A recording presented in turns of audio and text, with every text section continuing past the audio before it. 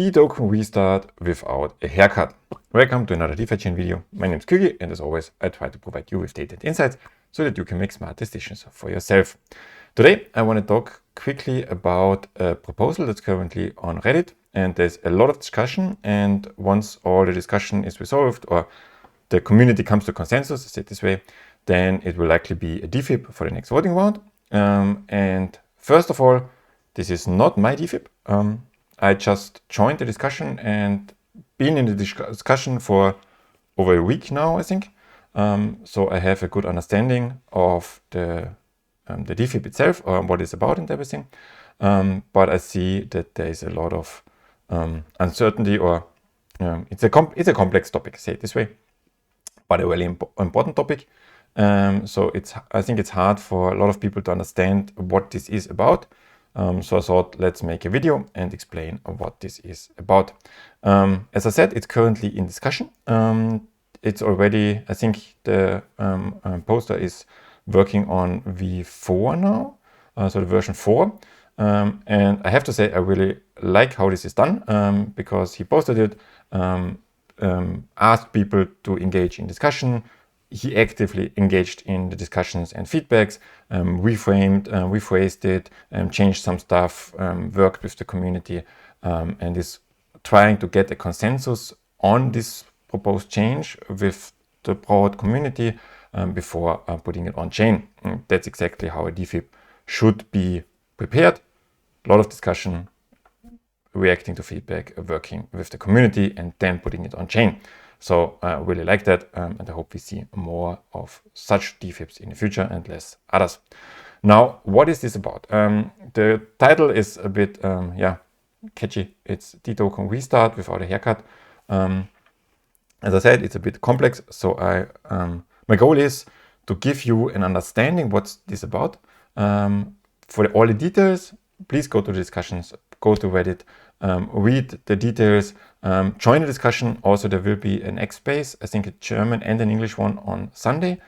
Also join that, ask your questions, give your feedback, so that we have a lot of views on that and a lot of insights and replies and active discussion to get a consensus on the topic before it's proposed as a DFIP. But now let's look a bit into the idea and what this is all about. First, let's look at what I see as a status quo right now about the whole DUSD dToken situation. I don't want to go into details about the previous measures and everything, just what we know and what we don't know. Right now, no one knows if this system that we currently defined works.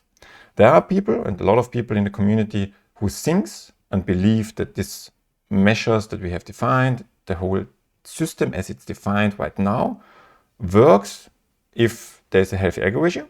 I'm one of those people. I really believe that this system works. If the algo ratio is in a healthy level, then everything works as intended. But I don't know, because it was never tried. There are people who think that algo tokens are bad and it can never work with algo tokens, but they also don't know that because they never tried.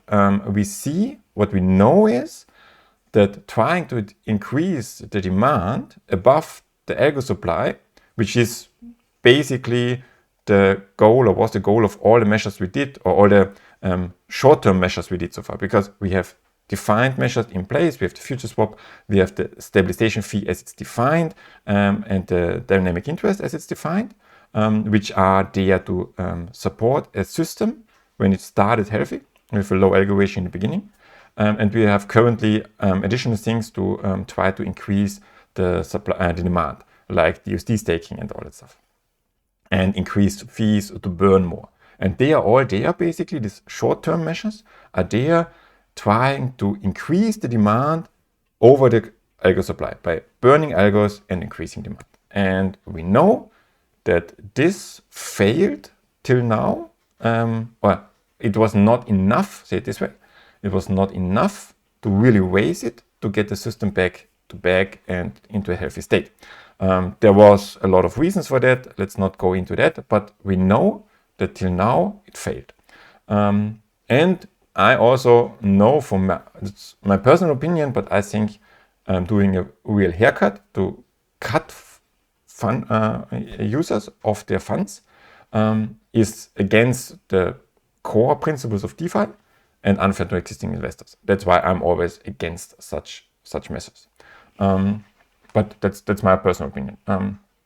Now, what's the idea based on that? What's the idea of this DFIP? The idea is basically to not waste any more time with trying to increase the demand and everything, but to give the system a chance to restart in a healthy way, basically shrink to grow. So shrink the supply down, let it grow from a healthy start with a low algo ratio and everything, let it grow up, and then prove with that the system works as if it started with a healthy state. Because we don't know, as I said, we don't know if it works or not. And with this idea, with this proposed idea, we would get the chance to really test it out, to really see and prove that it works. And if it works, it grows, and it grows to a state that it can support the existing algo tokens that we have right now. And if that happens, all current holders of dTokens and DUSD get all their funds over time back out. So they don't lose any funds, they get it if it works. So it's a bet that the whole being in dTokens right now is a bet that this system works, right? And if the bet goes well, everyone gets exactly what they came in for. So no cut, no anything. That's the overall idea, to give it a chance to restart in a healthy way and grow. Maybe restart is a too strong word, but I didn't find a better one. So let's go a bit into the nice graphics to show what I mean or what it means. Currently, our system has, on the left side, we have the supply, on the right side, we have the demand. We have 90 million algo tokens, or all numbers are in DUSD, so 90 million DUSD worth of algo tokens. We have 110 million algo DUSD in the system. We have 4 million DUSD loans, real loans. I excluded all the loops, all the DUSD staking numbers from those numbers here. And we have 2 million real dToken loans. Okay, that's not unreal. On the other hand, the demand, and I'm here now in the only native demand that we really see as locked values. So in the dToken pools, we have 90 million DUSD and 19 million dTokens. In the gateways, we have 5 million DUSD, and in the vaults, we have 10 million collateral right now. So that's what we have there for dToken loans or whatever. I didn't include any estimations for DUSD positions in accounts, because people are trading a lot. The dToken system is used a lot. I think we had 6 million DUSD in volume over the last 7 days. So there is likely a lot of demand also for these trading positions in dTokens and in DUSD. There is demand on the DMC and everything, but that's hard to quantify with numbers because we don't know from any value locked, but this is just to give you a reference. And it shows that currently we have not enough demand compared to the supply. That's why we have the DUSD staking, which takes 20 million right now and stuff like that. But it's not enough, right? So it shows why the price is where it is right now, because the demand is far lower than the supply. And the idea is now of this whole thing that we basically switch to that we go to a restarted system where we lock. So we go from those amount of algos to lock 90% of those algos from every account, every position, every pool, every collateral, everything. First, all loans get paid back. They need to be liquidated. So not liquidated in terms of auctions, but paid back if necessary with collateral. And the remaining tokens are all algo tokens. 90% of them are locked away, and 10% stays in the accounts, in the pools and everything.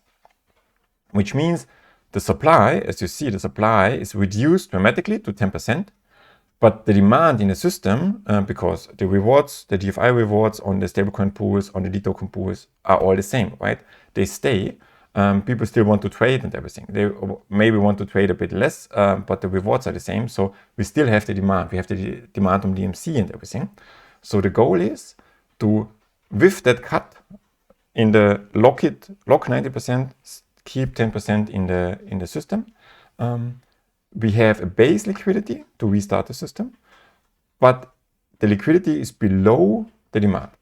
And now the system should restart, should do what it did in the beginning, attract funds coming in, attract people being interested to still use it, to buy it. And so the demand increases the price because high demand, low supply, price goes up, the USD goes to the peg, we can activate dynamic interest and the system starts to grow. So then we come from the restarted system to the growing system, where the overall demand, because we are done at the back, so if this all works out, we are at the back, system works as intended, demand is growing, volume is growing, because low algo ratio, low fee and everything, or no fee likely. So demand is growing strongly. There are no algo only those algo tokens, so there needs to be new tokens by loans and everything. So we see loans growing, but the demand should be higher, or is likely higher than the supply. And as soon as this happens, that the demand in the system is higher than the supply, even with loans being created, we go into a premium on DUSD again.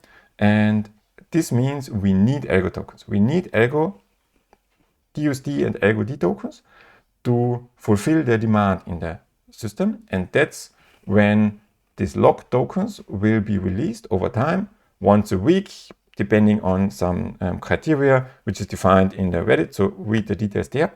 But once a week, so over time, these tokens will be released if the system has the demand for it and needs those tokens. So if the system grows in a healthy way, stays healthy, then we see that the tokens can come back, and they will come back. And if the system grows and grows and grows and supports more and more and more algo DUSD, or has need for more and more algo DUSD, instead of creating them via a bad measure like the DFI payback or anything, we create them in a controlled way, just giving them back from the locked funds.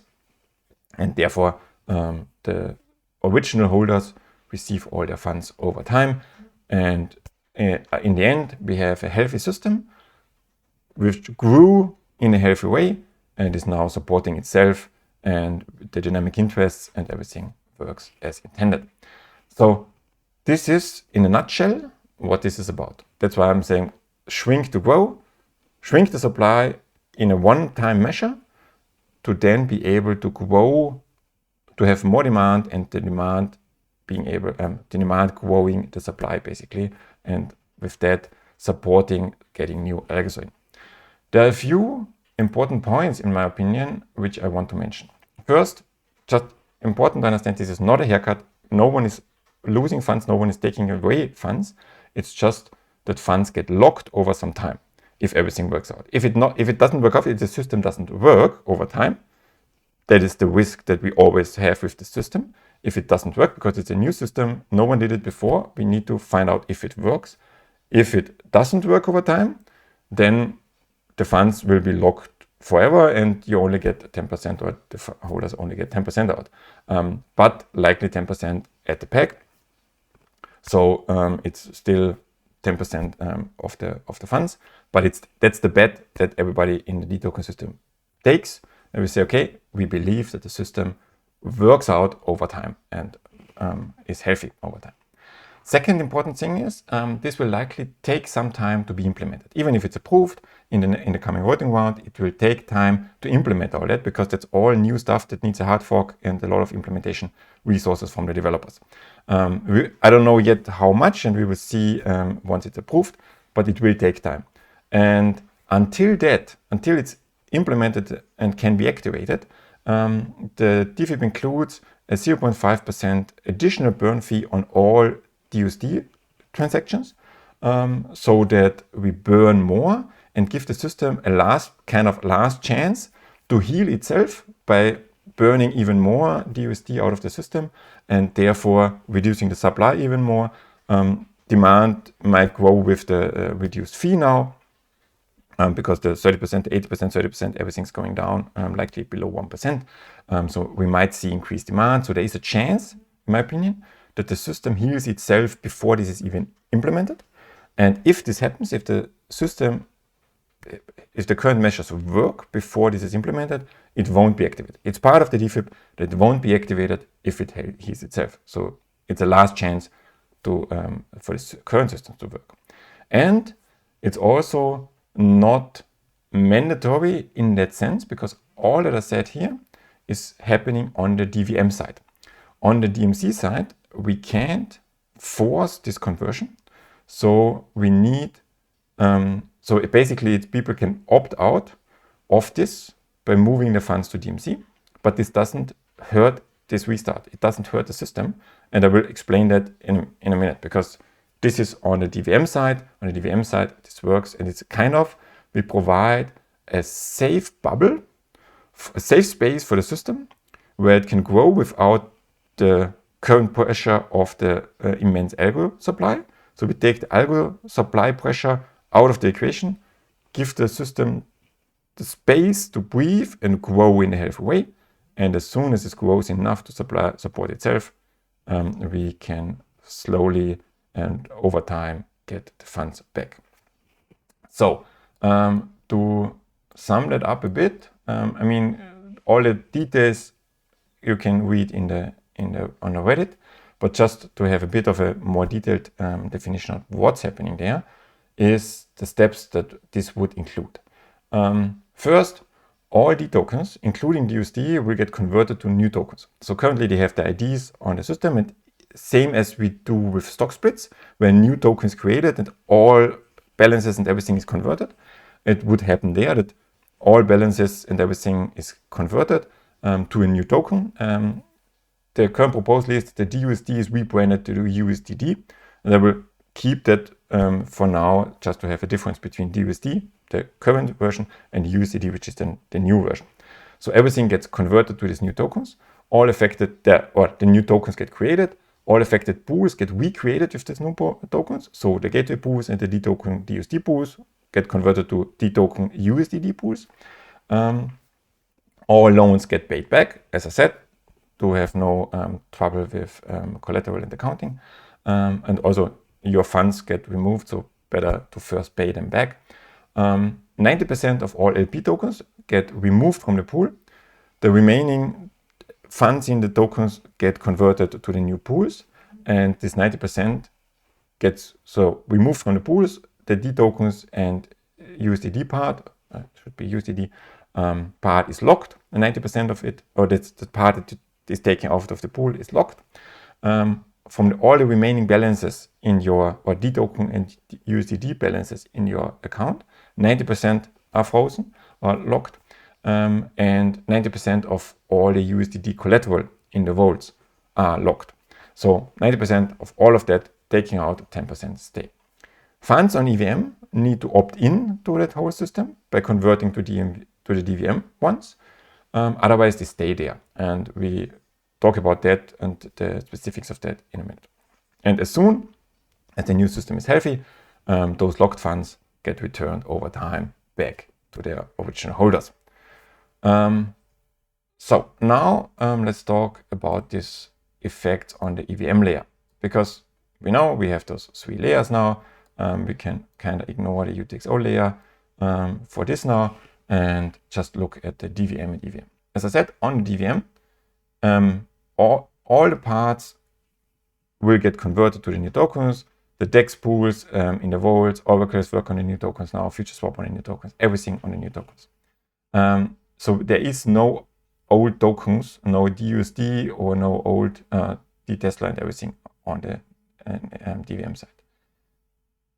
The new tokens can all be, of course, moved to the EVM and back as before, as we have it currently, everything works.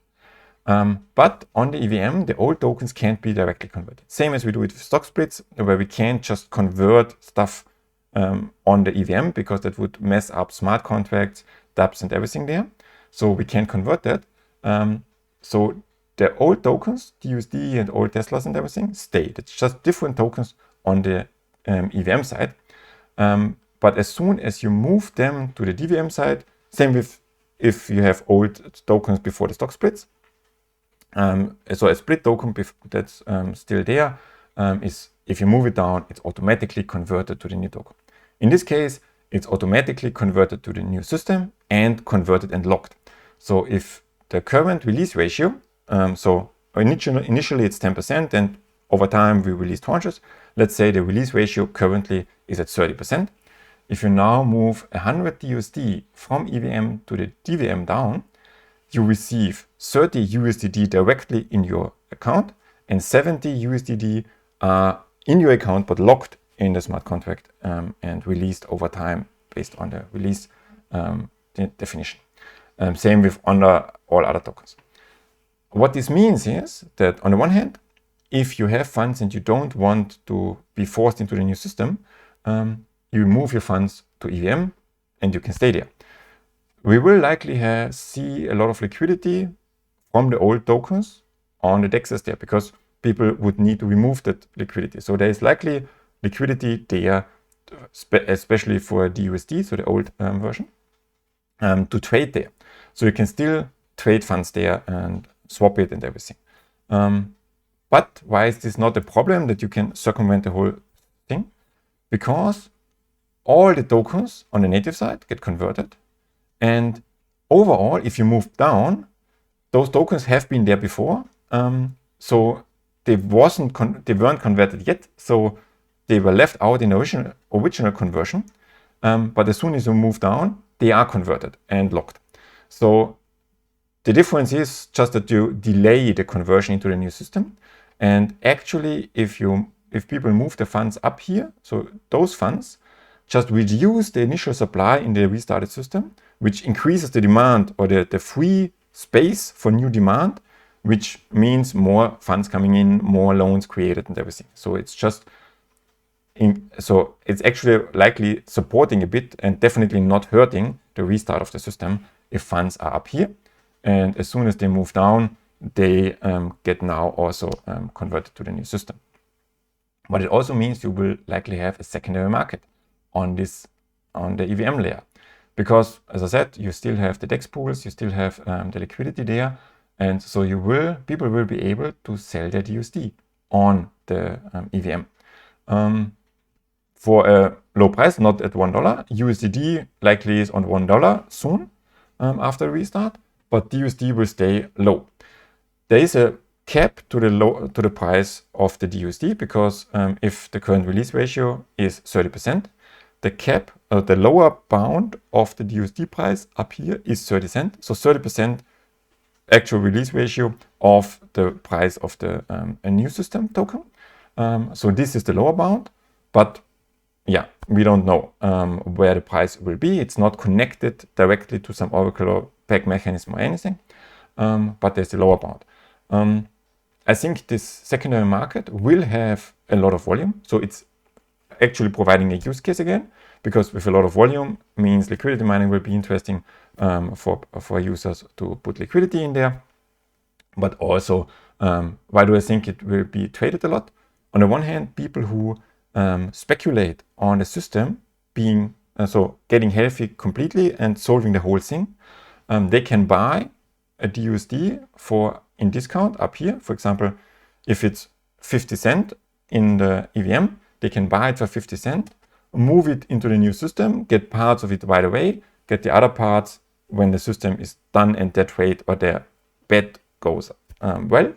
And then they bought $1 for 50 cents, which is a good deal. So there is likely buyers, speculators, who have an incentive to buy the DUSD, the old DUSD up here.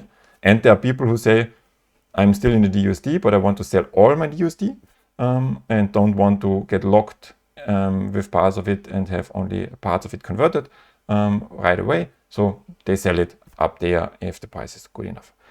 So there will be an active trading in the secondary market, which is good because people can opt out of this thing. No forced cut, no anything. If you want to opt out, your choice.